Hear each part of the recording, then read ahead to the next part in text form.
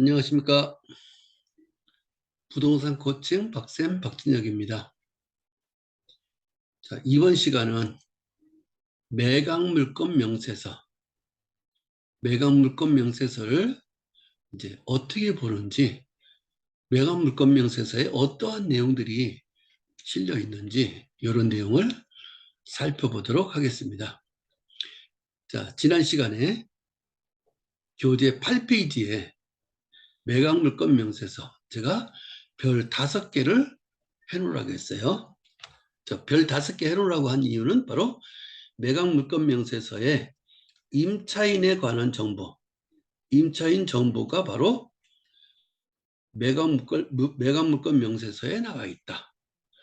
자, 경매계가 매각물건 명세서에다가 임차인에 관한 내용을 공개를 하는 거예요. 그래서 지금 이제 오늘 매각물건 명세서, 지금 뭐 사건 번호는 큰 의미가 없습니다. 자, 매각물건 명세서를 보는 걸 지금 이제 보도록 할게요. 대법원 공고에, 여기 주의사항 대법원 공고에 매각물건 명세서 이렇게 나와요. 여기에 이러한 내용들이 지금 이렇게 기재가 돼 있다 하는 내용이 나와요. 자, 이 내용이 매각물건 명세서 실제 들어가서 보면 다 그 내용이 나옵니다. 자, 여기에 주의사항 바로 밑에 보면 이렇게 여러 가지 게시판에 들어갈 수 있도록 이렇게 해놨어요. 자, 여기서 여기 매각물건 명세서, 매각물건 명세서가 항상 여기만 있는 거 아니에요? 이쪽에도 있을 수도 있어요. 매각물건 명세서를 찾아서 들어가면 돼요. 자, 매각물건 명세서를 이제 클릭을 해서 들어갑니다. 여기 매각물건 명세서, 자, 동부지방법원 매각물건 명세서 이렇게 표시가 되어 있네요. 이 매각물건 명세서가 사건 번호가 2021 타경 55637 이렇게 표시가 되어 있어요. 자, 여러분들이 매각물건 명세서는 100% 믿어도 돼요. 경매 사이트에 나와 있는 내용들 저는 믿지 마라 그래요. 다 믿지 마세요. 오로지 요거 하나만 믿으면 돼요. 어떤 거? 매각물건 명세서. 왜냐? 매각물건 명세서는 여기 담임법관에 사법보좌관 이렇게 써 있어요. 그 경매계 담당자의 여기 도장이 찍혀 있어요. 자, 우리 교재 68페이지를 펴볼게요. 교재 68페이지에 위에 있는 화면, 밑에 있는 화면 모두 다 이렇게 도장이 찍혀져 있습니다. 도장이 찍혀져 있는 건 100% 믿어도 된다. 왜냐하면 입력한 게 아니고 법원에서 입력돼 있는 걸 스캔을 떠가지고 이렇게 올려놓은 거예요. 그래서 누구나 다 이 사이트에 들어가서 대법원 법원 경매 정보 사이트에 들어가서 매각물건 명세서를 다운받을 수 있어요. 그 다운받은 걸 여기에 유료 사이트들이 지금 올려놓은 겁니다. 그래서 담임 법관에 이름이 써 있고 이렇게 도장이 찍혀 있기 때문에 이건 100% 믿어도 된다. 자, 여기에 이제 최선순위 설정 일자가 나오고 최선순위 설정, 이렇게 최선순위 설정이라고 써 있는 말들이 대부분 말소 기준 권리를 말을 해요. 말소가 되는 기준 권리, 나중에 권리 분석할 때 배울 겁니다. 자, 말소가 되는 기준 권리인데 모두가 말소 기준 권리가 되는 것은 아니에요. 말소 기준 권리는 우리가 확인해 보면 돼요. 자, 최선순위 설정이자 가장 먼저 등기부에 나와 있는 그 권리를 여기다가 적어 놓은 거예요. 그 다음에 배당 요구 종기일, 배당 요구 종기일까지 이제 임차인이 배당 요구를 했는지 안 했는지 요걸 확인해 보는 거예요. 배당 요구 종기라고 써 있는데 우리가 배당 요구 종기일이다. 자, 임차인이 현황 조사를 한 것과 권리 신고한 것. 현황 조사는 큰 의미가 없어요. 우리가 어떠한 근거 자료로 사용할 수가 없어요. 오로지 어떤 것만? 권리 신고만. 권리 신고돼 있는 이 내용에 대해서 우리는 이제 정확하게 믿으면 되는 거예요. 자, 여기에 전입 날짜 언제고, 지금 사이트에 보면 임차 관계에 임차인의 전입 날짜, 그리고 확정일자, 배당이라고 써 있는 말이 바로 배당 요구한 날이에요. 요 날이에요, 요 날.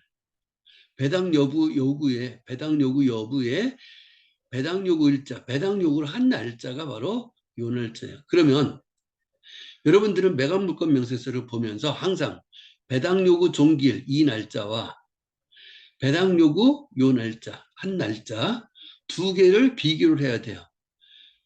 지난 시간에 배당 요구 종기일까지라고 했죠. 배당 요구 종기일까지 배당 요구를 했는지 안 했는지 요 두 개를 비교를 합니다. 자, 1월 10일인데 1월 7일까지 1월 7일 날 했기 때문에 1월 10일까지 배당 요구를 한 거죠. 그러면 이제 경매대금에서 돈을 받아갈 수 있다. 경매대금에서. 지금 요걸로만 이제 최선수인 설정 일자하고 그리고 여기 임차인의 전입 날짜하고 두 개를 비교를 했더니 2019년이고 2020년이에요. 그럼 임차인이 더 빠르죠? 더 빠르니까 우리는 선순위로 보여요. 선순위로.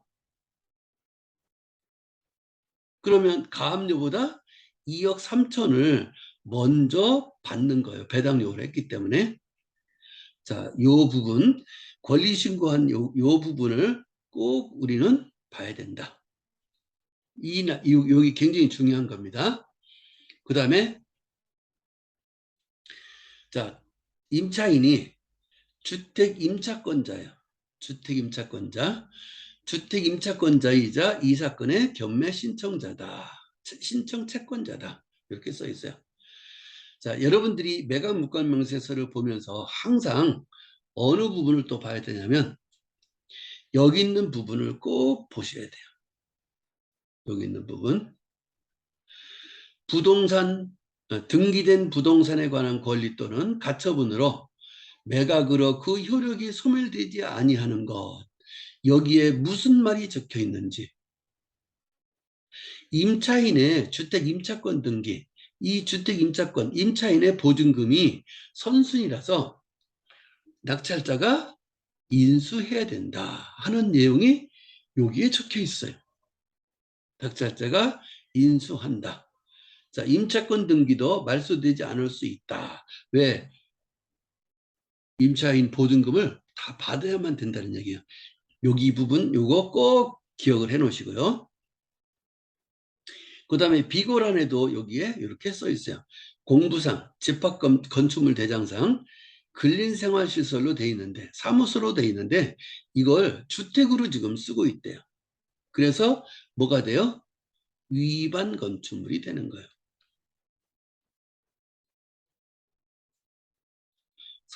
사무소로 돼 있는데 용도가 사무소로 돼 있는데 이걸 주택으로 쓰고 있대요. 그래서 위반 건축물이다 하는 내용이 지금 여기에 매각 물권 명세서에 나와 있단 말이에요.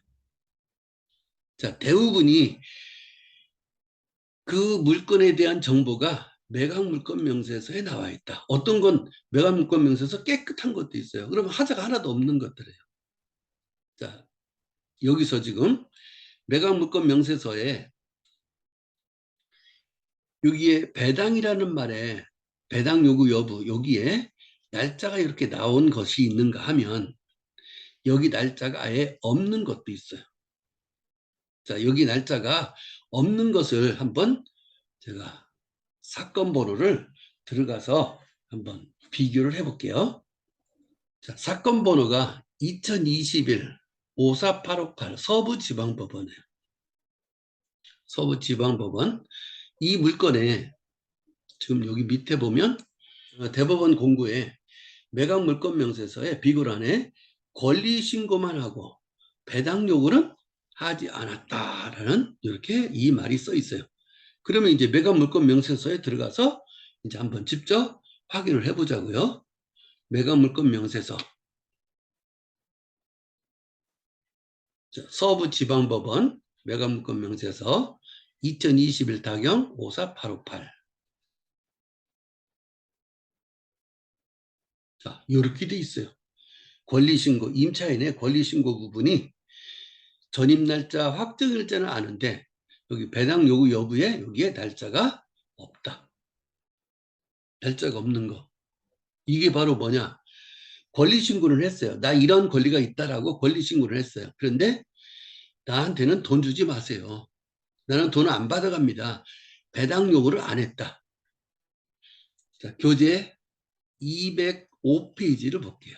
교재 205페이지에 거기에 권리신고 및 배당요구 신청서 이렇게 써 있어요. 권리신고 및 배당요구 신청서. 그러면 권리신고하고 배당요구하고 두 개를 다 같이 한다는 얘기예요. 대부분이 이렇게 요 양식으로 권리신고 배당요구를 합니다. 대부분이. 그런데 사람에 따라서 이제 다르게 신청할 수도 있어요. 권리신고 및 배당요구 신청서라고 써있는 요 양식을 이제 요렇게 바꾼단 말이에요. 권리신고 신청서, 배당요구를 빼버렸어요. 이렇게도 신청할 수 있다. 꼭 의무적으로 이걸 다 해야 되는 것은 아니에요. 하나만 할 수 있다는 얘기예요. 권리신고만. 그럼 배당요구만 할 수 있나요? 배당요구만은 안 되는 거예요. 권리신고가 먼저고 그리고 배당요구는 선택사항이다. 권리신고를 하고 배당요구는 안 할 수도 있다는 얘기예요. 지금 이게 요 양식대로 이렇게 써가지고 권리신고 신청서 이렇게 작성을 해서 권리신고를 했다는 얘기예요. 그러니까 여기에 이렇게 권리신고는 돼 있는데 배당요구 여기에 날짜가 없다. 그래서 비고란에 권리신고만 하고 배당요구는 하지 않았다. 그러면 이것은 뭐냐? 내가 이러한 권리가 있으니까 보증금이 얼마다. 너네 입찰하는 사람이 나 선수인데 내 보증금을 얼마니까 물어줄 돈이 얼마인지 너네들 알아서 계산해라. 낙찰 대금 가지고 돈을 받아가지 않아요. 그러면 낙찰 대금과 별도로 1억 4,500만 원을 물어줘야 돼요. 낙찰자가.